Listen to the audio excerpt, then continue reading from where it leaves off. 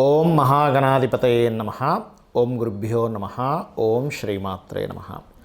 పరమేశ్వర స్వరూపమైనటువంటి జ్యోతిష, వాస్తు మరియు ఇతర అనేకమైనటువంటి శాస్త్రములను మనకు అందించినటువంటి మహర్షులకి నమస్కారం. హయగ్రీవ హయగ్రీవ హయగ్రీవేతి యో వదేత్ తస్య నిస్సరతే వాణి జహ్నుకన్యా ప్రవాహవత్. అరుణాం కరుణాతరంగితాక్షీం ధృతపాశాంకుశపుష్పబాణచాపాం అనిమాదిభిరావృతాం మయూకైః అహమిత్యేవ విభావయే భవానీం. శ్రీమాత్రే నమః. ప్రేక్షకులకి ఆ లలితాంబిక అమ్మవారి యొక్క అనుగ్రహం పరిపూర్ణంగా కలగాలని మనస్ఫూర్తిగా కోరుకుంటూ మనం ఈరోజు చెప్పుకోబోయేటువంటి టాపిక్ ఏమిటి అని చెప్పి చూసుకున్నట్లయితే, మనము ఫిబ్రవరి మాసంలో ఏ లగ్నము వారికి, లగ్నం తెలియని వారు రాశి నుంచి చూసుకోండి, వారికి ఏ విషయాల్లో చాలా బాగుంది, ఏ విషయాల పట్ల కాస్త జాగ్రత్త వహించాలి, మరియు ఏ దేవత ఆరాధన చేసుకుంటే మంచిది అనేటువంటి విషయాలు చెప్తుంది నేనైనప్పటికీ కూడా చెప్పిస్తుంది సాక్షాత్ లలిత అమ్మవారిగా భావిస్తూ, అసలు ఈ గ్రహస్థితి ఎలా ఉంది ఈ నెల. మనకి వృషభ రాశిలో గురువు, మిథునంలో కుజుడు, అదేవిధంగా కన్యలో కేతువు, మీనంలో రాహువు, మన కుంభరాశిలో శని చంద్రులతో ఈ నెల ప్రారంభం అవుతుంది 1వ తేదీ నుంచి. మకర రాశిలో రవి బుధుల యొక్క సంచారం జరుగుతుంది. శుక్రుడు కూడా మనకి మీనరాశిలో ఉన్నాడు. అయితే ఈ యొక్క గ్రహస్థితి ఏదైతే ఉంటుందో, అంటే మకరం నుంచి కుంభం నుంచి మీనంలోకి ఈ ప్రయాణాలు అనేవి షష్టగ్రహ కూటం కోసం వెళ్తుంటాయి ఈ గ్రహాలన్నీ కూడా. ఈ యొక్క గ్రహస్థితి ముఖ్యంగా ఏ లగ్నము వారికి ఎటువంటి మంచి ఫలితాలు ఇస్తుంది, ఏ జాగ్రత్తలు, ఏ దేవతారాధన అనేటువంటి మనం ఇప్పుడు తెలుసుకుందాం. మీన లగ్నము, మీన రాశి. మీకు శుక్రుడు రాశిలో సంచరిస్తున్నాడు. ఎప్పుడైతే శుక్రుడు రాశిలో సంచారం జరుగుతూ రాహు ఉన్నాడో, ఇక్కడ కలిగేటువంటి ఫలితాల్లో ప్రధానంగా శుక్రుడు రాహువు కలిసి ఉండడము, 12వ స్థానంలో అధిక గ్రహాలు ఉండడము సర్వసాధారణంగానే మీకు ఏలినాడు శనుడు జరుగుతుంది. కాబట్టి కాస్త ఇన్వెస్ట్మెంట్స్, లగ్జరీ రిలేటెడ్ సంబంధించిన ఏమైనా కొనడం కానివ్వండి, వాహనాలు కావచ్చు, గృహాలకు సంబంధించినవి కావచ్చు, ఇంకొంచెం ఇంట్లో ఉండేటువంటి వస్తువుల్లో లేకపోతే ఆఫీస్లో ఉండేటువంటి వస్తువుల్లో కొంచెం డిఫరెంట్గా అందంగా ఉండేటువంటి వస్తువులు మార్చుకోవడం కానివ్వండి, ఇవి బలంగా చూపిస్తున్నాయి. కాకపోతే ఇక్కడ బంధువర్గంతో కొంత భూ సంబంధించిన వివాదాలకు సంబంధించిన విషయంలో కొంత స్ట్రెస్ అనేటువంటిది ఉంటూ ఉంటుంది.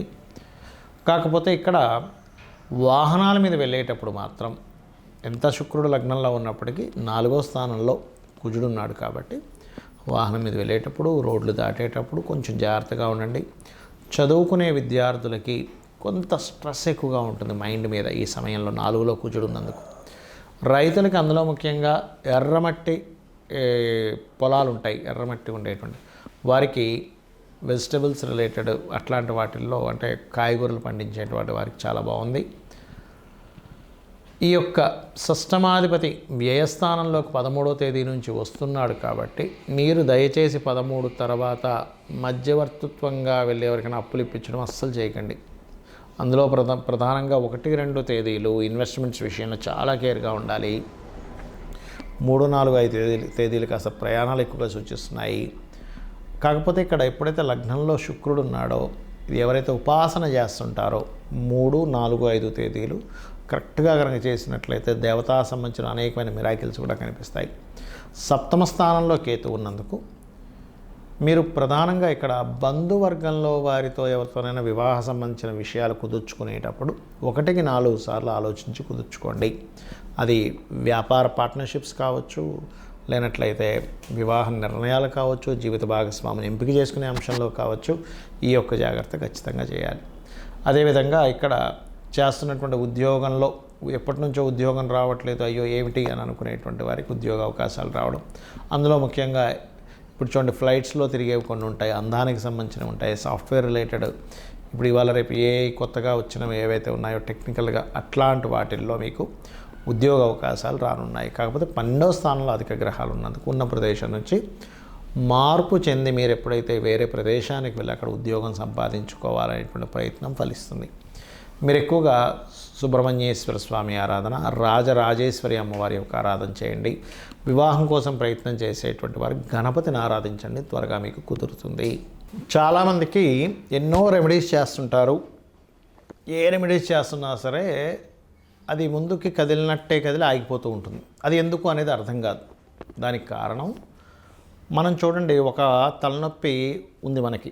తలనొప్పికి సంబంధించినటువంటి ఔషధం ట్యాబ్లెట్ వేసుకుంటేనే మనకు తగ్గుతుంది. కడుపు నొప్పికి ఒకటి, తలనొప్పికి ఒకటి, లేనట్లయితే అజీర్ణ వ్యాధి అయితే ఒకటి, జ్వరానికి అయితే ఒకటి, ఇంకో దానికి మనకి వైటమిన్స్ సంబంధించినవి ఎలా అయితే వేరువేరుగా ఉంటాయో, మొట్టమొదటిగా మనకున్న సమస్యని తీర్చడానికి ఏ గ్రహానికి చేసుకోవాలి, ఏ దేవతారాధన చేసుకోవాలని ముఖ్యంగా తెలుసుకోవాలి. మీరు ఇక్కడ పూజ చేసుకోవాలనగానే ఏదో లక్షలు వేలు ఖర్చు పెట్టేసి పెద్దగా చేస్తేనే భగవంతుడు అనుగ్రహిస్తాడు అనుకోవడం పూర్తిగా తప్పు. గుర్తుపెట్టుకోవాలి.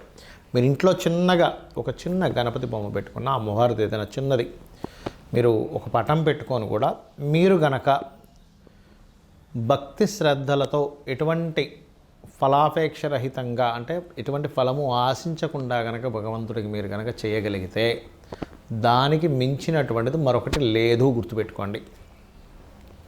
అయితే ఇక్కడ ఒక్కొక్కరికి ఒక్కో సమస్య ఉంటుంది. మీకు సింపుల్గా మీ యొక్క జాతక చక్రంలో మీ గ్రహస్థితి మీకు చూసుకోవడం తెలియదు కాబట్టి, కొంతమందికి తెలిసి ఉంటుంది ఆస్ట్రాలజీ పరిచయం ఉన్నవారు, కొంతమందికి తెలియదు. తెలిసిన వారు అదృష్టవంతులు, ఎందుకంటే వారు చూసుకొని చక్కగా వారు ఆ చిన్న చిన్న రెమెడీస్తో బయటపడగలుగుతుంటారు. తెలియని వాళ్ళకి ఏమిటి అంటే, మీ జన్మజాతకంలో ఉదాహరణకి శని పాడయ్యాడు, లేదా ఉద్యోగ సంబంధించిన విషయంలో ఎక్కువ ఇబ్బంది పడుతున్నారు అనుకోండి, చక్కగా ఏం లేదు, లలిత అమ్మవారికి పటం పెట్టుకొని ఓం శ్రీమాత శ్రీ మహారాజ్ని శ్రీమత్సింహాసనేశ్వరి నమః అనుకుంటూ కుంకుమతో ఇలాగ వేయడం, పూజ చేయండి. ఒకసారి అనుకోవడం ఓం శ్రీమాత శ్రీ మహారాజ్ని శ్రీమత్సింహాసనేశ్వరి నమః అనుకోండి, కుంకుమ వేయండి, లేదా ఒక పుష్పం వేయండి, సరిపోతుంది. ఉన్న ఉద్యోగంలో ఇంకా ఇంప్రూవ్మెంట్స్ రావాలి, ఓం మాణిక్య ముకుటాకార జానుద్వయ విరాజితాయ నమః చేసుకోండి, సరిపోతుంది. లేదండి అనారోగ్య సమస్యలతో ఎక్కువగా బాధపడుతున్నాము అనుకునేటువంటి వారు ముఖ్యంగా సూర్య భగవానుని చూస్తూ ఓం సర్వవ్యాధి పరసమని సర్వమృత్యు నివారిణి అగ్రగణ్య అచింత్య రూప కలికల్మషనాశినే నమః చేసుకోండి, సరిపోతుంది. పేరు ప్రఖ్యాతలు రావాలి, సూర్య భగవాన్నే చూస్తూ ఓం భానుమండల మధ్యస్థ భైరవీ భగమాలినే నమః. అయితే మీరు చేసేటప్పుడు సూర్యుల్లో అమ్మవారు ఉంది అనేటువంటి భావనతో చేయండి. ఇంట్లో పూజ చేసేటప్పుడు అక్కడ ఏదో పటం ఉందని కాదు, సాక్షాత్ అమ్మవారు అక్కడ ఉంది, ఆ అమ్మవారికి నేను చేస్తున్నాను అనేటువంటి భావనతో చేయండి, ఖచ్చితంగా ఫలితం వస్తుంది. ఏమీ ఆశించకుండా మీరు చేయండి, ఆటోమేటిక్గా ఫలితం వచ్చేస్తుంది. పంచోపచార పూజ అంటుంటారు, తెలుసు కదా, గంధము, పుష్పము, దీపము, ధూపము, నైవేద్యము, ఏ నైవేద్యమైనా పెట్టచ్చు. గుర్తుపెట్టుకుని ఇదే పెట్టాలి ఇది పెట్టకూడదు అనేది ఏమీ లేదు. మీ భక్తి శ్రద్ధలతో శ్రీకృష్ణ పరమాత్మ చెప్పాడు ఏంటి, మీరు ఫలాపేక్షరహితంగా ఫలమైనను, పుష్పమైనను, పత్రమైనను, ఉదకమైనను మీరు ఏది సమర్పించినా కూడా నేను ప్రీతితో స్వీకరిస్తున్నాను అన్నాడు ఆయన. కాబట్టి అలా పెట్టండి, ఖచ్చితంగా తీసుకుంటాడు స్వామి. మరి అదేవిధంగా మరి కొంతమందికి వివాహం అవ్వదు, అలాంటి వారు తెల్లటి పుష్పాలు, ఎర్రటి పుష్పాలు తీసుకొని అమ్మవారి ఫోటో దగ్గర, లేకపోతే యంత్రం ఉంటే యంత్రం దగ్గర చక్కగా మీరు యంత్రం సంబంధించిన కూడా కొన్ని చెప్తాను నేను మీకు తర్వాత వీడియోలో.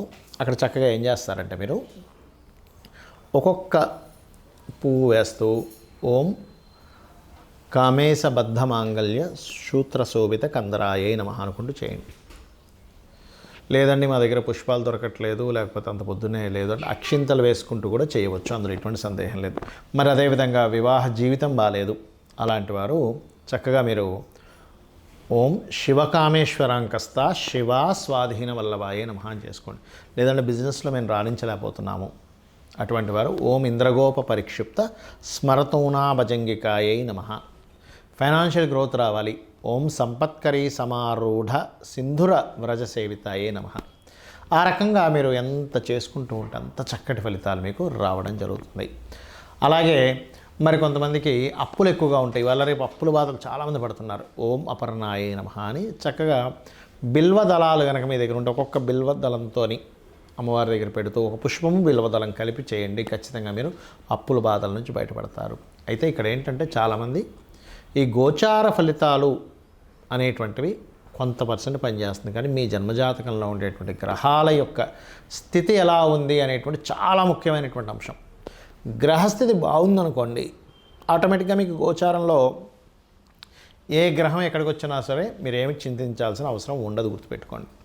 కాబట్టి గ్రహస్థితి మీ జన్మజాతకంలో ఏ దశ నడుస్తుంది, ఏ అంతర్దశ నడుస్తుంది, ఏ యోగం ఉంది చాలా ఇంపార్టెంట్. అంతేగాని ఏలినాటి శని వచ్చేసిందని భయపడిపోవడం, అమ్మో కాలసర్పదోషం ఉందని భయపడిపోవడం ఇవేమీ అక్కర్లేదు. ఇంకా అన్నిటికంటే ముఖ్యంగా చెప్తాను, మీకు ఏ గ్రహస్థితి ఉన్నా ఎలా ఉన్నా అమ్మవారిని నమ్ముకొని అమ్మ నువ్వు ఉన్నావు నాకు చాలా ధైర్యం, నా పని నేను ధర్మంగా చేసుకుంటూ వెళ్తూ ఉన్నాను అనుకునేటువంటి వారికి అమ్మవారి రక్ష 100% ఉంటుంది. ఏమీ భయపడాల్సిన పని లేదు. శ్రీమాత్రే నమః.